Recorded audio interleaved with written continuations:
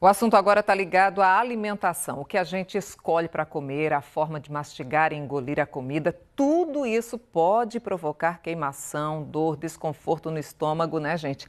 E nesta época do ano, principalmente quando as pessoas empurram o pé nas confraternizações, fica difícil resistir às mesas cheias de comidas variadas. Aí depois já viu, né?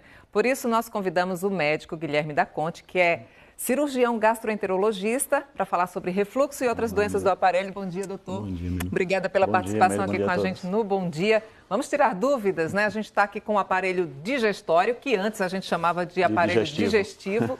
E eu gostaria que o senhor começasse explicando exatamente o que é esse refluxo. Seguinte, Miriam, nós temos alguns órgãos aqui no corpo da gente que estão responsáveis diretamente à digestão e à progressão dos alimentos. O alimento entra pela boca, passa por todo esse tubo que fica aqui no tórax, que é chamado de esôfago. Logo depois entra no estômago e parte então para o intestino, passando em todo o intestino e depois saindo nas evacuações. Especificamente o esôfago, ele está ligado à desregulação de dois órgãos, o esôfago e o estômago aqui embaixo. Nós temos uma válvula, que é como se fosse uma porta, que fica nessa região daqui. Aqui impede que a secreção ácida do estômago, da digestão no estômago, ela retroceda para cá, ela retorne para cá, para cima, para o esôfago. Quando essa válvula não está funcionando bem, pode ocasionar o esôfago, a doença do refluxo em algumas pessoas, e também o excesso de acidez no estômago, que aí vai estar relacionado a uma série de coisas. Alimentação errada, aumento da pressão abdominal no caso dos obesos. Hoje em dia a gente tem um número imenso de obesos no Brasil.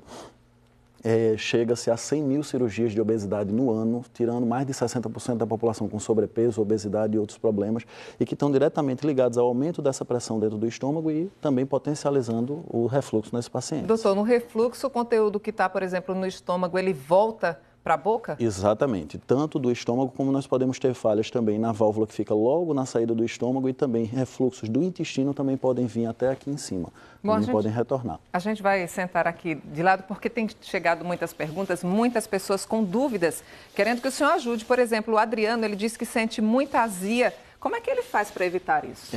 Nós temos uma diferença entre azia e pirose. A queixa especificamente do refluxo é a pirose, que é uma queimação no tórax. Muita gente acha que está tendo um ataque do coração, que está tendo algum problema, e na verdade é o refluxo causando essa queimação. A azia é um tipo de dor que existe na região epigástrica, que é o do estômago, que é a região em cima do umbigo, entre o umbigo e o tórax da pessoa, e que pode dar essa dor também. Então tem essa diferença entre os dois. E a alimentação é de primordial importância, é o primeiro tratamento. Nós temos 3 tipos de tratamentos para o refluxo, para as azias e para essas piroses.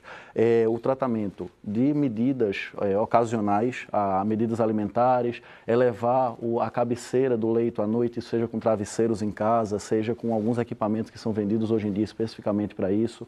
Mudança na alimentação do paciente, que é de fundamental importância. Mas aí tem que ter um acompanhamento de nutricionista. Sempre com acompanhamento do nutricionista, que é extremamente importante você ter. A qualidade do alimento, existe o mesmo medicamento, pães, por exemplo, eles, a depender do tipo de pão, você tem alguns que podem aumentar o refluxo, podem aumentar essas queixas dos pacientes, e tem outros que vão estar reduzindo essas queixas do paciente. Então, pode-se fazer tanto esse trabalho todo, alimentações sem glúten, alimentações com menos lactose também podem facilitar esse trabalho. E como é que a gente tem a certeza de que está com refluxo? Qual é o exame? Como é feito esse diagnóstico? O diagnóstico, ele é um diagnóstico clínico, ele é feito pelo médico, não necessariamente precisa de qualquer tipo de exame. As queixas, elas são muito comuns, recorrentes, são queixas de, pode dar rouquidão, o famoso nó na garganta que alguns pacientes relatam, pode ter a queixa de regurgitação, sente aquele amargor, e até detalhes pequenos que o médico vai ver durante uma consulta, que é a mudança da coloração dos dentes pode acontecer,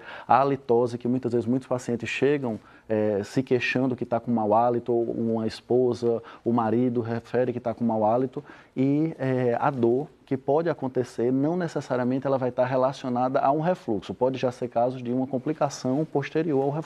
Tem muita gente aqui, a gente agradece inclusive a participação dos telespectadores, perguntando justamente quais os alimentos que devem ser evitados para a queimação, para a azia, para essa dor que parece um murro no estômago. Isso. Tem coisas comuns que todo mundo já vê em revistas, jornais e etc., como alimentos gordurosos. Picanha, a mão de vaca, aquela feijoada gorda. Alimentos pesados, alimentos muito pesados, como esse que você acabou de citar, os refrigerantes, cafés. As bebidas alcoólicas, o cigarro, ele pode piorar, já transpondo um pouco mais essa alimentação, até coisas que normalmente nós não achamos que não pode dar grandes problemas, como menta, balas de menta, hortelã, que também podem propiciar esse aumento. A Márcia de Candeias, em Jaboatão, ela diz o seguinte, que gostaria de saber o que fazer quando está engasgada por conta do refluxo. E agora mesmo, inclusive, ela está se sentindo assim. A primeira coisa é ter calma. Normalmente a pessoa fica muito angustiada, fica muito ansiosa e piora também os sintomas do refluxo, principalmente pelo medo de não ter nada o que se fazer. Então, primeira coisa é calma. Segunda coisa, pode tomar água, pode tomar sucos que podem reduzir um pouco, porque vai diminuir a acidez, não pode ser sucos ácidos. Sucos que não sejam ácidos, que não sejam sucos cítricos, água de coco, água comum, que bebe para poder diluir essa acidez que está acontecendo e diminuir o sintoma do refluxo.